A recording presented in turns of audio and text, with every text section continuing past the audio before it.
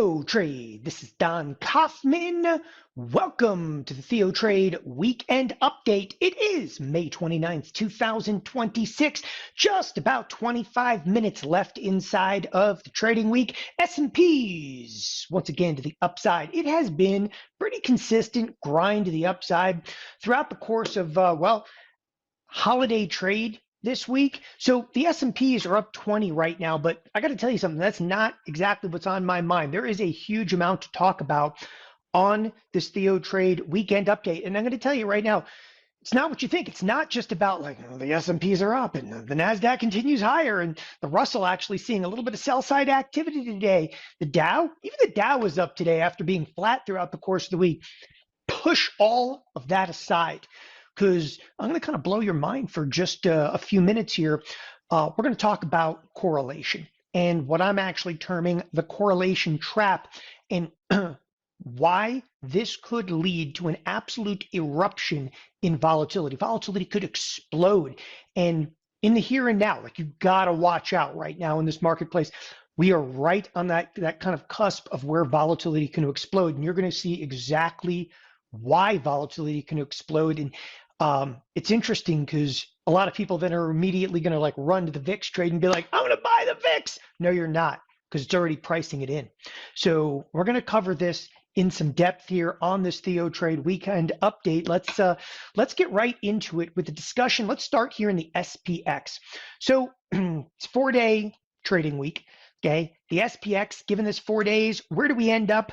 Spot on. We are on the expected move. And I love to point this out because you're dealing with a $7,591 product. That is the SPX. And I often term the SPX the mother of all products. And you're dealing with the $7,500 product. And do you realize that me, this little geek sitting in a seat in Flagstaff, Arizona right now, I drew that line, okay, over the weekend. And where are we trading right now? Smack on. That's the expected move. That is the upper edge of the expected move. And you want to talk about like people like this market's unruly and they want to put all these names on it. Yeah, how about the marketplace hit exactly, to a T of what it was expected to do. We're down to the freaking point, people. Sure, we could ramp up a little bit from here, but let's not get crazy. All right, let me start to explain a bit about this, what I'm terming like a correlation trap.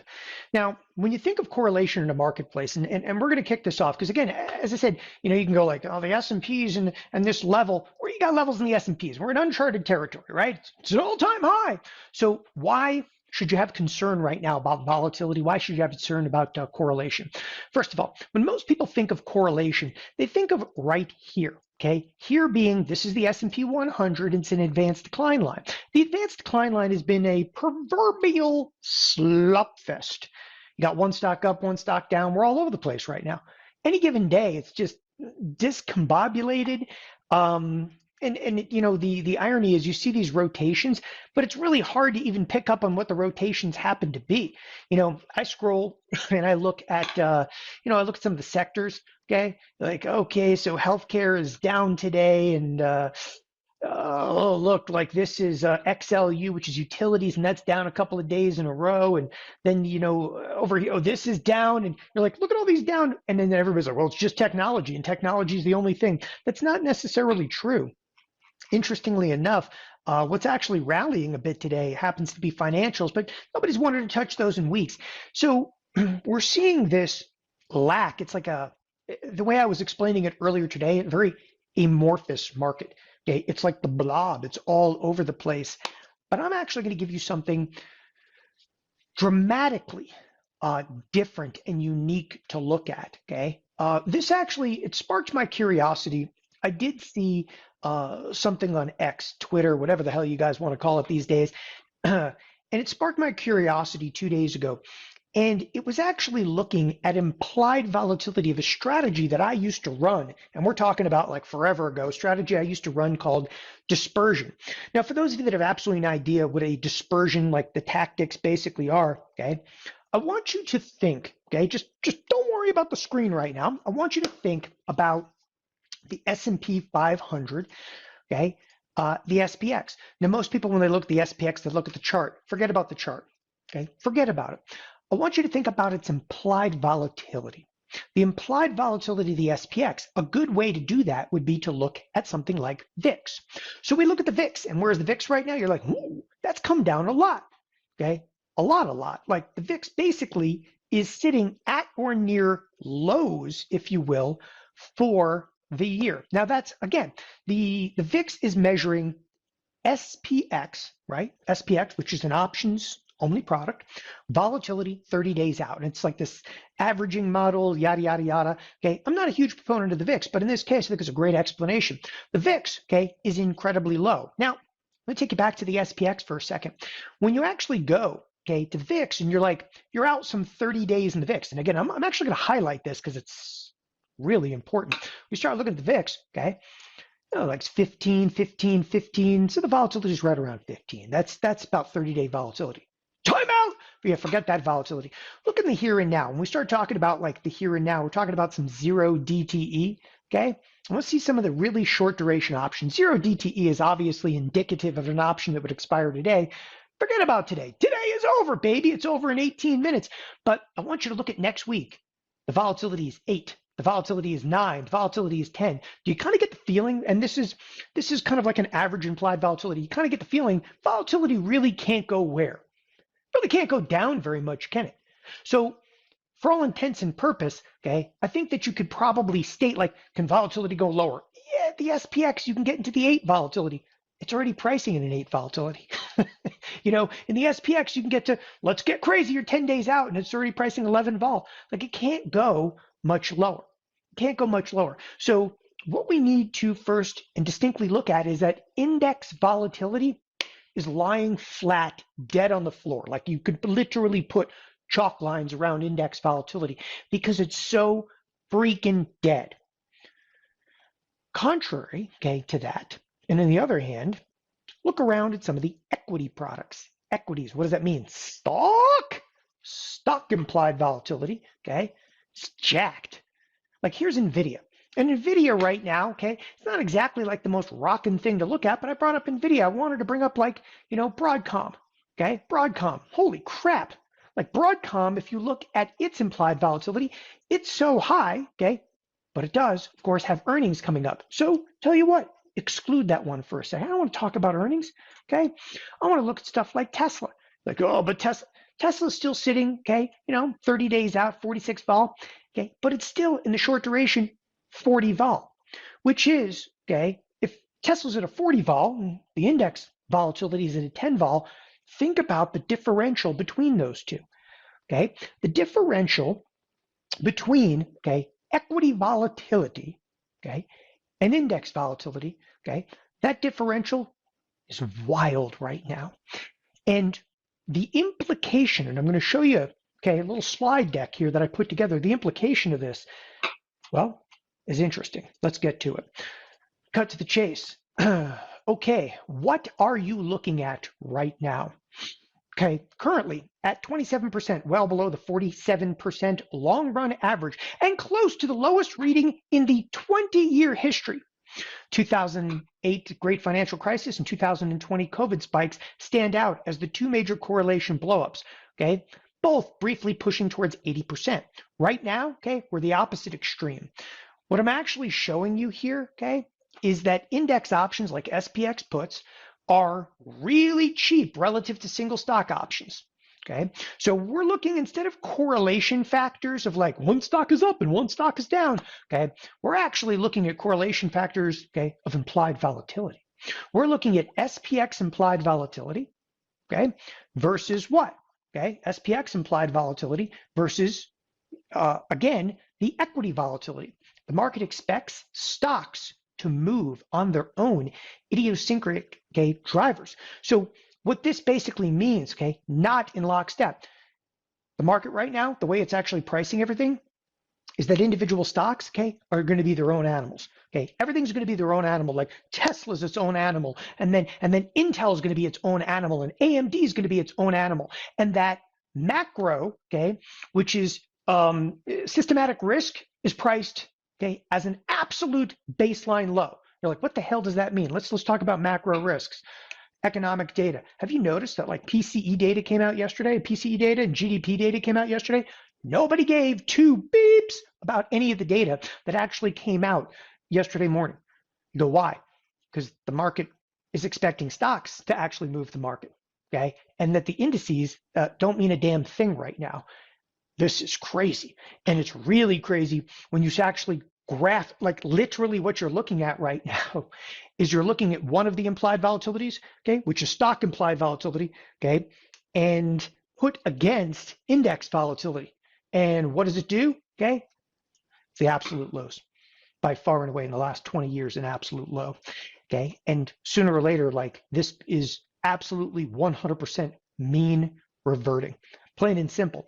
This is actually something that every dispersion tactic trader would be looking at. And dispersion tactics are basically traders that come in, and what they often do in dispersion tactics is they sell, okay, the living crap out of short duration SPX options. Like if you look at SPX options, okay, tons of firms are coming in there and they just sell, okay, SPX options, and then they take all the money, okay, from the sale of the SPX options, and I'm really watering dispersion down, but they're selling huge amounts of SPX options and then turning around, okay, and buying what?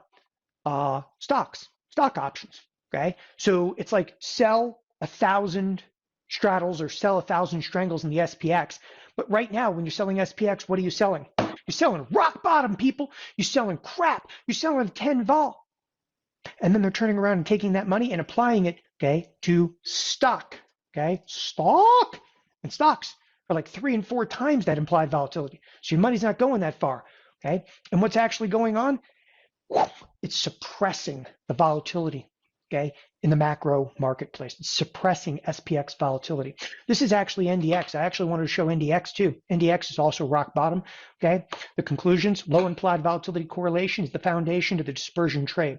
Sell index volatility, which is, I mean, really low right now. Buy single stock volatility, it's relatively expensive.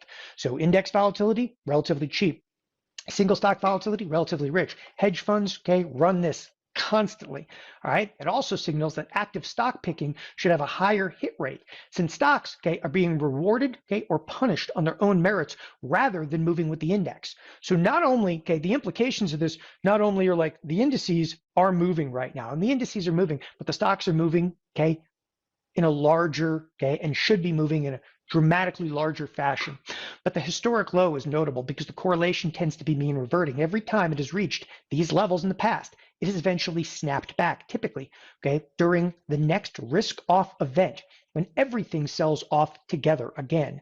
What you need to be on your game for, okay, we have actually hit this like record low number. Just hitting a record low number doesn't mean a damn thing, okay? But the other factors in the marketplace right now, these are not good. You have VIX, okay, which actually dropped.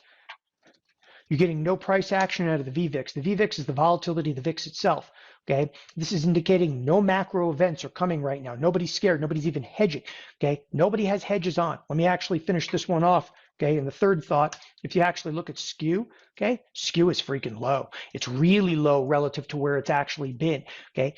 Any one of these factors alone, nobody gives a crap. Like, oh, the skew is low. Who cares? Oh, the VVIX is really low. No, the VVIX is really low, okay? And again, I'm stressing that VVIX is really low, okay? In fact, okay, when you start looking at the VVIX and recognizing the VVIX is the lowest it's been, okay, year to date, and this is indicative of like, oh, the VIX can't move. So immediately when people start putting these factors together, okay, there's one conclusion. You're on the clock right now. You're on the clock, okay? For all of a sudden, the marketplace is going to snap.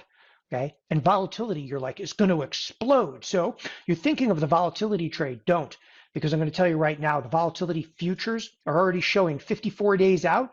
VIX is already pricing back to 20. You realize that the present VIX, okay, is at 15. They're already pricing VIX 54 days out, okay, back to 20. 82 days out, back to what? 2075. There is a huge, okay, huge contango right now, not a backwardation, a contango, the exact opposite is dangerous time. It's a very, very dangerous time in here.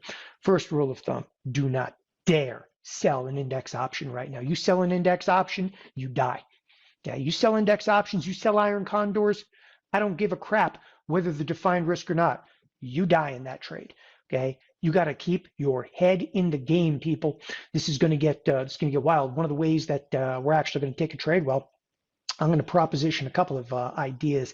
Okay, I'm going to do that literally on Monday morning. On Monday morning, I'm going to be talking about this extensively inside of the TheoTrade chat room live. That's my first topic on Monday morning because I am sure on this weekend update I've created a dramatic mess. People are like, index volatility is low. Yeah, and stock volatility is high. I mean, here, another example. Go look at Intel. Okay, this one's actually quite awe-inspiring. In fact, okay, I enjoy doing this. Take Intel. Go to add study, go to volatility studies, just pop up like implied volatility. Okay, you can see that Intel implied volatility is high, but then I want you to take it and put it to a max chart. Okay, implied volatility is only recorded so far back here. I'll do it 15 years. You do realize that Intel has the stock is actually exploding higher, has the highest implied volatility, okay, that it's basically ever had. And you can go through and you can start looking at stuff like AMD. Okay, AMD, not quite the highest volatility because the stock almost went out of business back here, but pretty damn close. Point that I'm trying to make again. Okay, volatilities, they're raging right now, absolutely raging. And with volatilities raging, okay, in individual stocks, but the exact opposite, and literally the exact opposite happening in the index marketplace, you got yourself, okay, a little bit of a mess. Let's come back over here to my scratch pad. All right. So we talked a little bit about the lowest correlation in history, but it's not the correlation you're thinking, okay? It's index volatility suppression. It's like throwing a wet blanket, okay, over a good party, and it's only going to happen for so long before that marketplace gets all kinds of crazy. I did want a brief mention, okay, on oil. Okay, brief mention on oil. I'm just going to throw it out there. I took a pretty significant bullish position in oil. I think oil's still going to rip. Again, I explained that in quite some detail in the TheoTrade room, and I'll explain it again, of course, on Monday. But I took a bullish position inside of oil. Specifically, I felt it easier for most retail clients to take that position specifically inside of the USO. I'm 49 days out. Okay, let's get ready to rumble inside of oil. And of course, okay, which we'll be talking about next week, June 4th, the PDT rule is eliminated. Pattern day trader rule is going to be eliminated. Not every single brokerage firm, okay, is going to eliminate on the exact same day, but I'll keep you guys, really up to date, okay, on everything that I know about the pattern day trader rule being eliminated. So I know a lot of people are like, it's going to be crazy. It's not going to change anything, okay? People are going to get a little bit more crazy with some index options and some equity options. I mean, hell, it's already crazy right now. Already trading 70, 75 million contracts a day in options. Okay, it's only going to pick it up a little bit more. All right, last but definitely not least, we go to the SPX, the mother of all products. And as I said about the mother of all products, look at that crap. Okay, we're seconds away from the closing bell, sitting on a line that this geek drew, okay, last weekend. So remember what I said. Don't sell. I mean, if there's one theme here, do not dare sell index volatility. It is, you're hitting rock bottom, okay? Versus, okay, equity volatility that's basically sky high. That is a really, really bad mess because what's going to happen is the typical dispersion trade is going to invert, okay? The exact opposite is going to happen. The index product is going to take over and volatility is going to explode. I'm telling you, the market is already pricing this in. This week, okay, we had exactly $100, okay, and $14 expected move. And I just want to draw this up here because it's a 4-day trading week and we had $114 expected move. So what are we looking at for next week? I mean, this week, the $114 move, it happened. We're basically up like $114 right now. Next week, I found this interesting. We're only pricing to $100 expected move. So what does that mean? Well, first of all, next week is a 5-day trading week. So you have an extra day and the implied volatility is lower. Once again, that also, okay, reiterates, don't sell index volatility, okay? You got to look for correlation to start to return. You're going to look at things and, the correlation I'm talking about, yes, it deals with implied volatility, but it has implications right here where all of a sudden, instead of this 50-50 slop fest, markets snap back into alignment. All right, that is it for this weekend's update. Thanks everybody for joining us here at TheoTrade. Don't miss Monday morning TheoTrade chat room. I want to explain a little bit more about this. More importantly, how to trade it. Thanks everybody. Have a great weekend. Bye-bye.